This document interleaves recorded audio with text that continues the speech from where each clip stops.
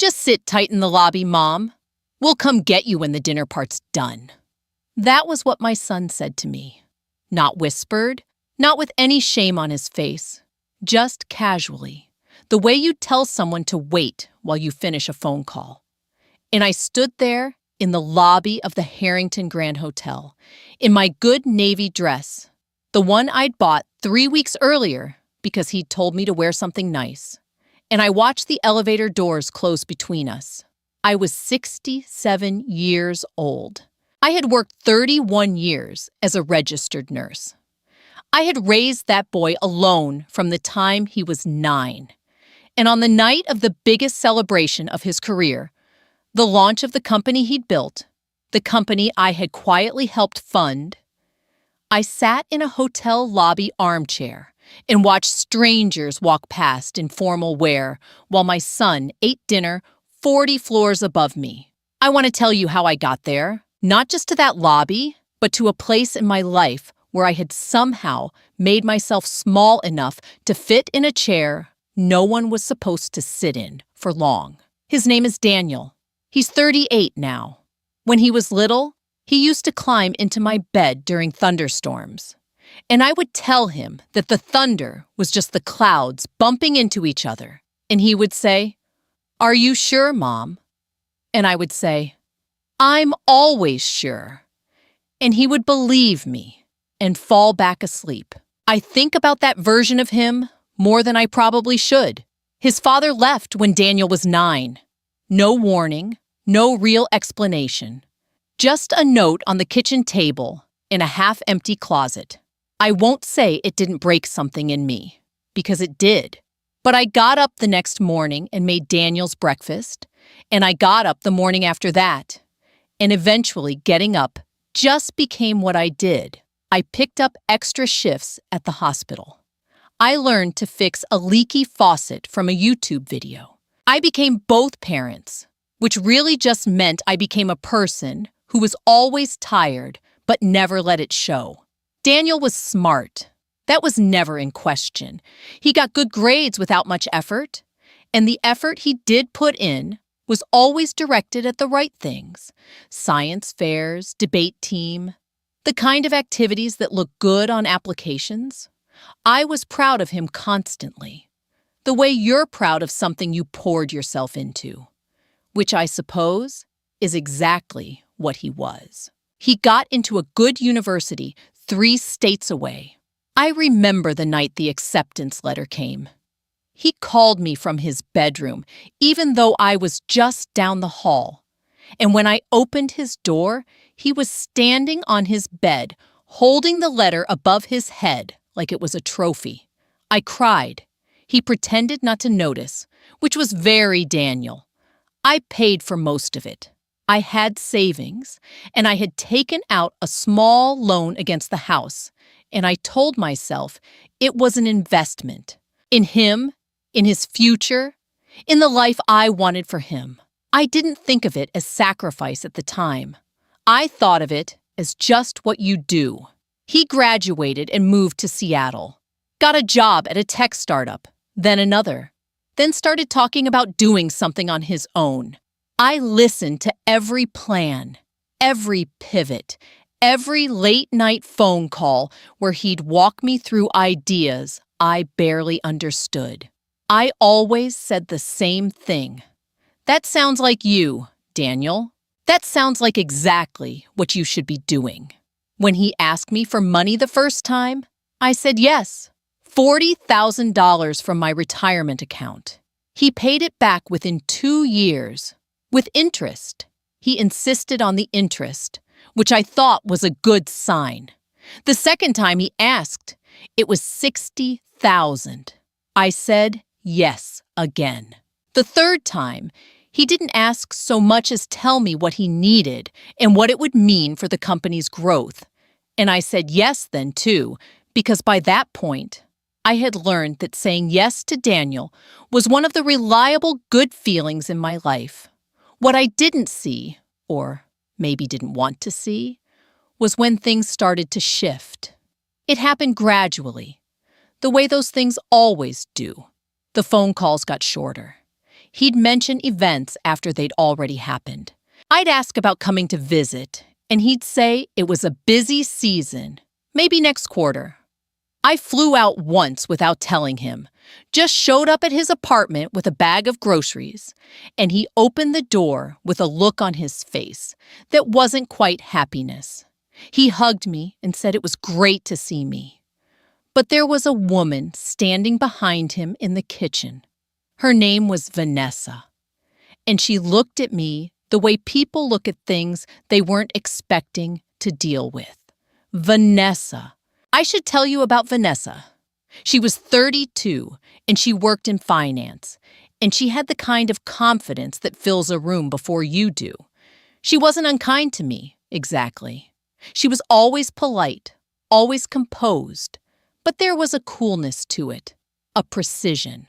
Like she had thought carefully about exactly how much warmth to dispense, and had decided on just this amount and no more. She called me by my first name, which is Carol, and she said it the way you say the name of someone you're not quite sure about yet. I didn't say anything about her to Daniel. I told myself she was just reserved, that I'd caught her off guard. I flew home and sent them both a gift card to a nice restaurant with a note that said, I hoped we'd have more time to get to know each other. Vanessa texted me a thank you. It was 5 words. Over the next year, Daniel and Vanessa got engaged. I found out by text, which arrived while I was between patients at the clinic where I'd started doing part-time work after I semi-retired. The text said, wanted you to hear it from me first. We're engaged. Details to follow. I sat in the hallway for a while before I went back in to see my next patient. I called him that evening. He was cheerful, distracted, clearly at some kind of celebration. I said, congratulations, and I meant it. I asked about the wedding, and he said they were still figuring it out. Probably something small. They weren't into big productions. I said whatever they wanted was fine with me. I asked if I could help, and he said he'd let me know. I wasn't included in the planning. I found that out incrementally, each small exclusion arriving before I'd finished processing the last. Not on the email thread with the wedding coordinator, not consulted on the venue. When I finally asked directly whether there was anything I could do, Daniel said very pleasantly that Vanessa had it covered. The wedding was in May, 2 years after the engagement. 60 people, a rooftop venue with Edison lights and a curated menu. I know these things because I saw the photos afterward. Not because I was there. I was not invited to my son's wedding. He called me 2 weeks before the date. He said he wanted to explain before I heard it some other way. He said the wedding was very small, just immediate family and close friends, and that he hoped I understood. I asked him, very calmly, I am still proud of how calmly I asked him, whether a mother counted as immediate family. There was a pause. He said it was complicated. He said Vanessa's family was large and space was limited, and it was just one of those situations. He said he'd make it up to me. I did not say what I wanted to say. I said that I understood and that I hoped they had a beautiful day. Then I went to my kitchen and stood at the sink for a long time watching the water run. I did not attend. I sent a card with a check, a generous one, more than I should have written. Because even then, even after everything, I couldn't quite stop being his mother. He cashed the check. The company launch was 14 months later. By then, Daniel's company had grown into something real. 30 employees, a second round of funding, a write-up in a tech publication I'd never heard of, but that he sent me a link to. I read every word of it. I kept the tab open on my computer for 3 days. He called me about the launch event in October. His voice was warm in a way it hadn't been in a while, and I let myself think that maybe the distance of the last few years had been circumstance more than intention. He said it was a big night, an important night, a celebration of everything he'd built. He said he'd love for me to be there. He told me to wear something nice. I bought the navy dress. I booked a flight. I reserved a hotel room 2 blocks from the venue, even though I could have saved money by staying further out. I wanted to be nearby. I wanted to feel like I was part of it. I arrived at the Harrington Grand at 6:15. The event was on the 40th floor, a private dining room they'd rented out. The kind of room with floor-to-ceiling windows and a view of the whole city. I took the elevator up with a group of people who were laughing about something I wasn't part of. They got off at 40. I got off at 40. The room was already filling up. There were servers with trays of champagne and a woman at the door with a tablet, checking names. I gave her mine. She found it. I walked in. I saw Daniel almost immediately. He was across the room with Vanessa and a cluster of people I didn't recognize. And he was laughing, fully at ease in a way I recognized from when he was a child. That particular ease he got when he was in his element. He looked good. He looked like someone who had arrived somewhere they'd always been headed. He saw me and came over. He hugged me. He introduced me to 2 people nearby as Carol. Not as his mother, just Carol. And then someone touched his arm and pulled him into a conversation, and he went, with an apologetic glance back at me that lasted about half a second. I stood there. I got a glass of champagne. I found a spot near the windows and looked at the city. An hour passed. Vanessa spoke to me once, briefly, to ask if I'd found the appetizers. I said, yes. She nodded and moved on. Then came the moment. Daniel found me before dinner was served. He leaned in close and said it quietly, the way you say something you don't want to be overheard. He said the dinner portion was reserved for the investors and the core team, that it was a capacity thing, a venue thing, that he was sorry. But there wasn't a seat for me at the table. He said the lobby downstairs had nice seating. He said I should go wait there, and they'd come get me when it wrapped up. Maybe around 10. I looked at him. I remember thinking, very clearly, I know this person's middle name. I know what he looked like when he had the flu at age 11. I drove him to baseball practice for 4 years. I took out a loan against my house for him. I said, okay. I went to the lobby. I sat in the armchair. I watched the door. No one came to get me at 10. At 10:30, I called Daniel's phone, and it went to voicemail. At 11, I texted him, and the message sat unread. The lobby quieted. The hotel bar closed. A security guard asked me, politely, if I was waiting for someone. I said yes. He looked at me with an expression I've spent a long time trying not to remember. I took a car back to my hotel at midnight. I sat on the edge of the bed in my navy dress, and I thought about the thunderstorms. I thought about the kitchen table with the half-empty closet and the note. I thought about all the mornings I had gotten up anyway. And then, for the first time in a very long time, I let myself be angry, not sad, not understanding, just angry, cleanly and completely, the way I should have let myself be years before. Daniel called the next morning. He said the dinner had run long, and then they'd all gone to a bar and he'd figured I was tired and had gone back to the hotel. He said he was sorry about the confusion. He used the word confusion, as if what had happened between us was a matter of miscommunication and not a matter of character. I let him finish. Then I said, Daniel, I need you to hear me, not as your investor, and not as the woman who is easy to put in a lobby. As your mother, I need you to actually hear me. He was quiet. I told him what I had seen, not just that night, but over the years, the calls that got shorter, The wedding I wasn't invited to.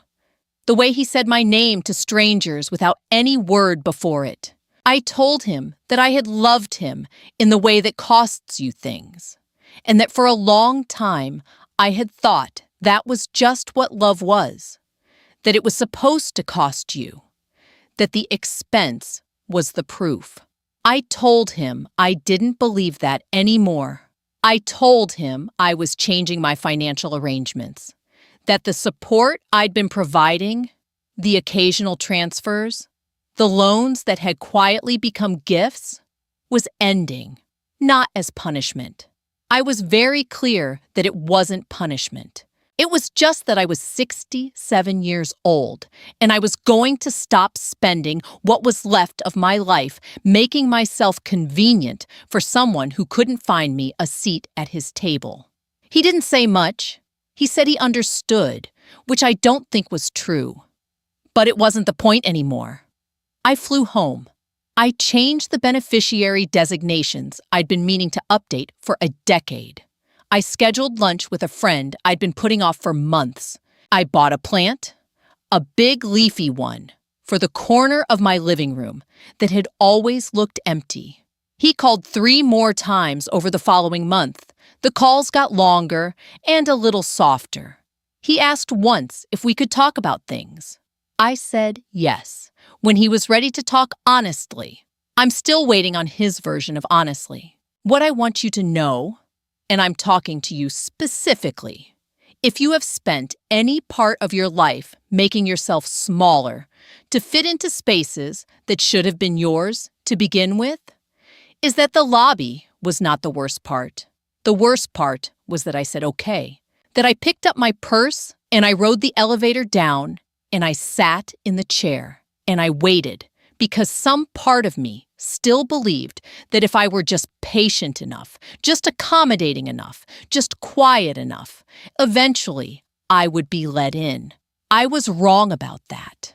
But I was 67 years old and standing in the lobby of the Harrington Grand before I finally understood it. So I want to save you some time if I can. You do not earn your way into rooms you should have already been in. And people who make you wait in the lobby on the biggest night of their life have already told you everything you need to know. I'm not waiting anymore. If you're carrying something like this, a relationship, a child, a person you've loved past the point of reason, I want you to know that you are allowed to put it down. Not forever, maybe, but long enough to remember what it felt like to have both hands free. I still love my son. I want to be careful to say that, because it's true, and because I think sometimes people assume that drawing a line means erasing what came before it. It doesn't. It just means you've decided that the line exists, that it was always there, and that you're going to start honoring it, even if no one else does. I wear the navy dress sometimes, not to special occasions, just around the house, because I pay good money for it, and it fits well, and I look like myself in it. That turns out to be enough of a reason. That is enough of a reason.